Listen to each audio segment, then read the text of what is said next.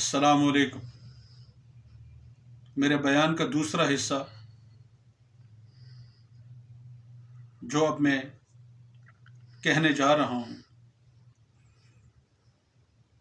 2010 میں جماعت الدعوہ نے سکھر میں ایک سرکاری ملازم کی رہائش کے لیے جو ریٹائر ہو رہا تھا اس کو رینٹڈ بیسس پہ وہ مکان 2 سال کے لیے لیز پہ چاہیے تھا۔ جب لیز پہ چاہیے تھا تو غلام بلور صاحب نے مہربانی کی اور وہ مکان دلوا دیا، کیونکہ ہم غلام احمد بلور کے ساتھ NA1 پہ ان کے اتحادی تھے، ان کو سپورٹ کر رہے تھے، تو انہوں نے اعلیٰ ظرفی کا مظاہرہ کرتے ہوئے ان کو وہ گھر الاٹ کر دیا۔ اس کا تعلق جماعت الدعوہ سے تھا۔ پھر سن 2013 میں نیشنل پارٹی کے جن لوگوں نے یہ ٹیلی فون کیے تو میں نے اس وقت اس آدمی کو ٹیلی فون کیا کہ یار تمہارے کہنے پہ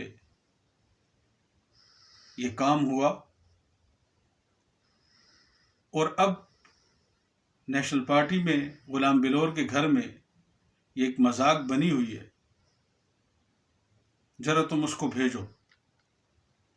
وہ آ کے مجھ سے ملا، جس کے کہنے پہ غلام بلور صاحب نے اس کو مکان دیا تھا۔ تو اس نے کہا کہ ہماری جماعت میں کچھ لوگ ایسے ہیں جو میری ترقی سے جلتے ہیں، یہ ان کا کھیل ہے۔ اس شخص نے ایسی کوئی بات نہیں کی۔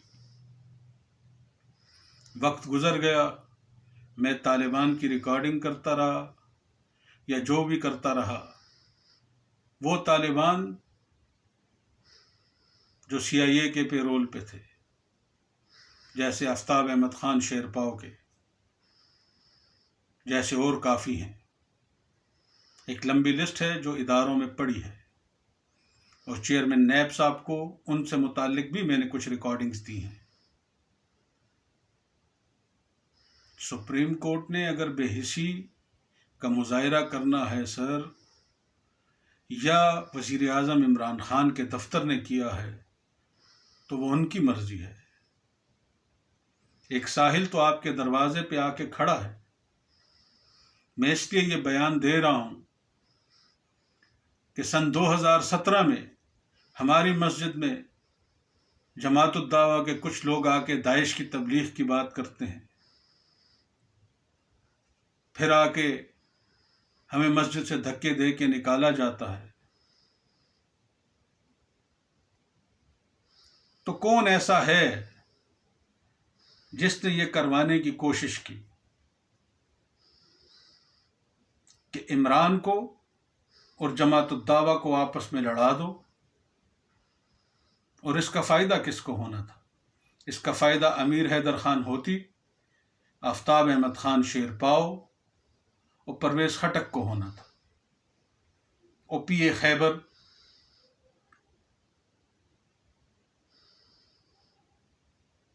سے متعلق جو گھنونے لوگ اس واقعے میں شامل ہیں ان کو ہونا تھا۔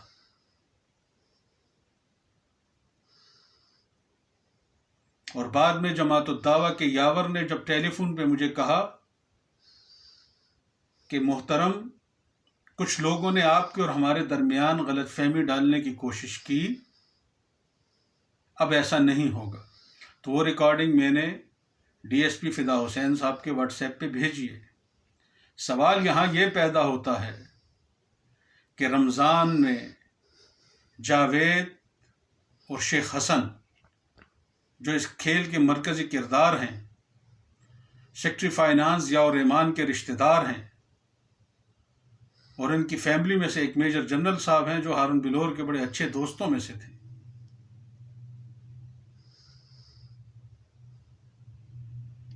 ان کی ایما پہ اور جاوید اور اورنگزیب کی ایما پر مجھے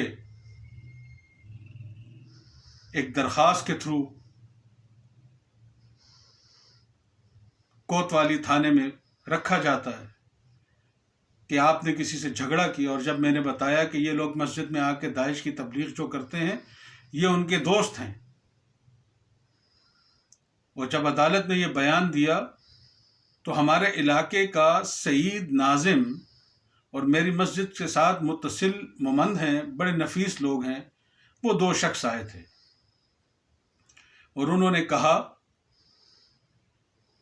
کہ اگر تم تہجد کی اذان بند کروا دو، اسپیکر میں اذان بند کروا دو تو ابھی جا سکتے ہو، جس نے تمہارے خلاف درخواست دی ہے اس کی یہ شرط ہے، یا میری طرف سے یاور جرگے کا بڑا ہوگا۔ تو وہاں میں نے حافظ سعید کے بارے میں 1-2 الفاظ کہے تھے، اور تھانے کے کیمرے اس حوالات کے سامنے موجود تھا جس میں وہ ریکارڈنگ پڑی ہوگی۔ آخر کون تھا کہ جس نے وہ باتیں جا کے ان کو کی؟ میں نے انکار کر دیا تھا، اور جماعت الدعویٰ نے اس کو بنیاد بنا کے آئے اور میرے ساتھ جھگڑا کیا کہ تم نے ہمارے امیر کو گالیاں دی۔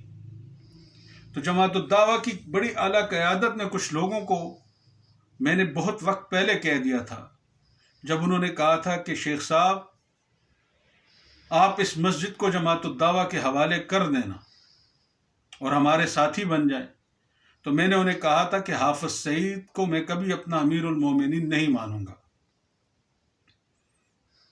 اس نے جواب میں مجھے کہا کیوں؟ میں نے کہا آج تک کشمیر میں مجھے یہ بتاؤ کہ حافظ سعید صاحب کا کوئی بھتیجا، بھانجا، یا تم لوگوں کی اعلیٰ قیادت میں ان کے کوئی بچہ شہید ہوا ہے، شہادت کے لیے گیا ہے، تو میرے امیر المومنین ہیں، میں ان کے ہاتھ پہ بیعت کروں گا۔ اور اگر ایسا نہیں ہے تو یہ ایک سیاسی جماعت ہے، آپ سیاست کرو، پر سیاست کو مسجد سے باہر رکھو، کیونکہ اب جماعت الدعویٰ کے ان لوگوں نے یہ تسلیم کر لیا ہے کہ ہم کسی کے بہکاوے میں آئے اور یہ کھیل کھیلا، تو آج وہی 2 گروہ آمنے سامنے ہیں۔ جو شیخ حسن ہے اس کا تعلق مرکزی جماعت اہل حدیث ساجد میر سے ہے،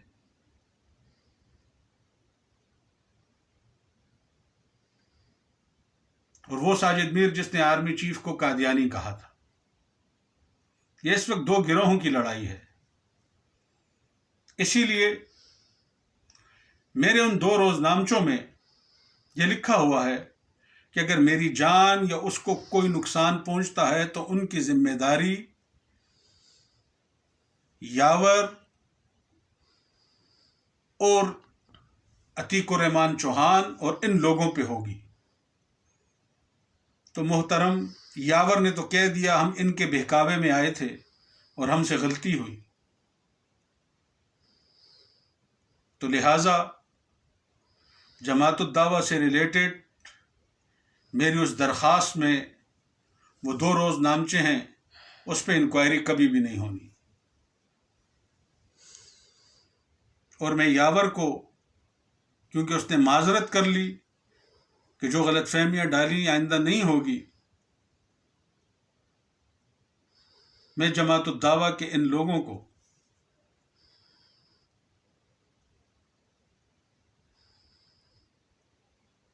معاف کرتا ہوں، کیونکہ یہ نہ ہو کہ کھیلنے والا یاور کی ان 2 کاوشوں کو غلط رنگ دے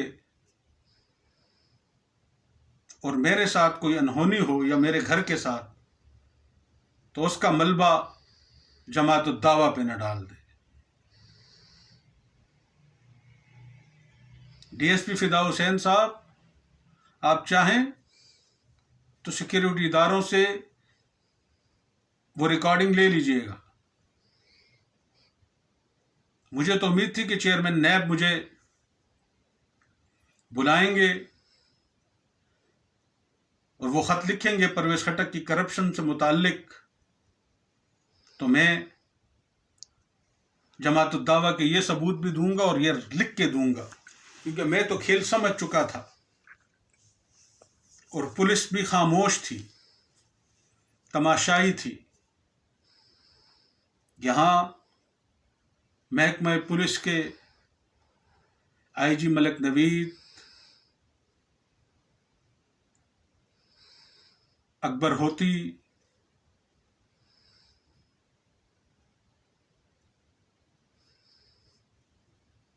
حیدر ہوتی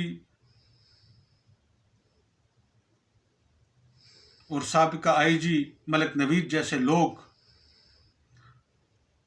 لوگوں کو راستہ تو نہیں دینا، وہ پرویز خٹک جیسے لوگوں کو۔ اسی لیے میں سپریم کورٹ کے لیے بھی آسانی پیدا کر رہا ہوں۔ چیئرمین نیب صاحب، آپ کو چاہیے تھا کہ آپ وہ ریکارڈنگ جو کچا گڑی زمین سے ریلیٹڈ ہے آئی جی خیبر پختونخوا کو تھرو سپریم کورٹ بھیج دیتے نا، پر آپ کیوں کرو گے سر؟ کیونکہ میں نے تو آپ کے ڈی جی کے خلاف آپ کو ایک ثبوت دیا کہ جب میں جیل میں تھا تو وہاں کے یہ ثبوت ہیں، اس کو انویسٹیگیٹ کریں، اور اگر یہ زمین میں 1 ارب سے اوپر ریکوری ہوتی ہے تو اس کا فائدہ تو حکومت پاکستان کو تھا۔ شاید میری یہ بات ان کو بری لگ گئی ہو۔ اب جہاں تک بات ہے سپریم کورٹ میں، تو سپریم کورٹ میں سر اور وزیر اعظم عمران خان، آپ دونوں نے فیصلہ کرنا ہے کہ آپ جی آئی ٹی بناؤ گے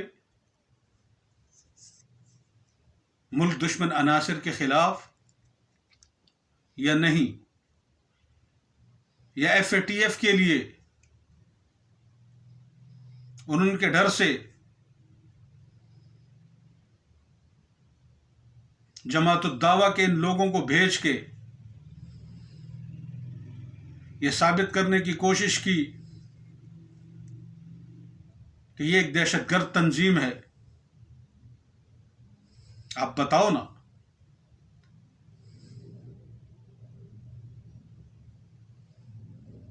ایسا نہیں ہوگا۔ حافظ سعید کی نیت اس کے آگے، اور اس کے کہنے پہ جنہوں نے کشمیر میں اپنی جانوں کا نذرانہ ادا کیا، ان کا فیصلہ رب العزت نے کرنا ہے، نہ اس کے اختیار شیخ عمران کے پاس ہے نہ اور کسی کے پاس۔ تو مجھے امید ہے کہ سپریم کورٹ میری ریٹ پٹیشن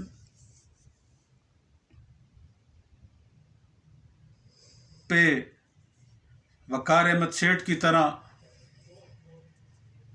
وقت ضائع نہیں کرے گی، بلکہ دادرسی کرے گی۔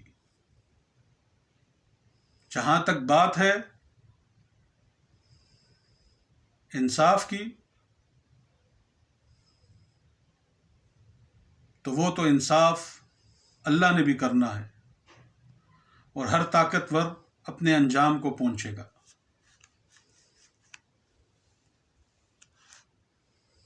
میرا تیسرا بیان 5 تاریخ کو آئے گا، اور یہ تمام باتیں میں عوام کے سامنے رکھ رہا ہوں، chief justice supreme court of Pakistan, کہ جب میں آؤں تو میری فائل بھی وقار احمد سیٹھ کی طرح فائلوں کے نیچے دبی نہ رہ جائے، اور جب میں گھر سے نکلوں اور سپریم کورٹ تک پہنچوں اور راستے میں کچھ ہو جائے تو عوام کو تو یہ پتہ ہو کہ انصاف کے دیوتا اور انصاف کرنے والے ادارے کیا کر رہے ہیں۔ یہ لڑائی شہداء کی لڑائی ہے، ان لوگوں کی لڑائی ہے کہ جنہوں نے اس وطن کے لیے قربانیاں دی، جنہوں نے اس وطن کے لیے اپنی جانوں کا نذرانہ ادا کیا۔ اللہ آسانی کرے گا۔ السلام علیکم ورحمۃ اللہ وبرکاتہ۔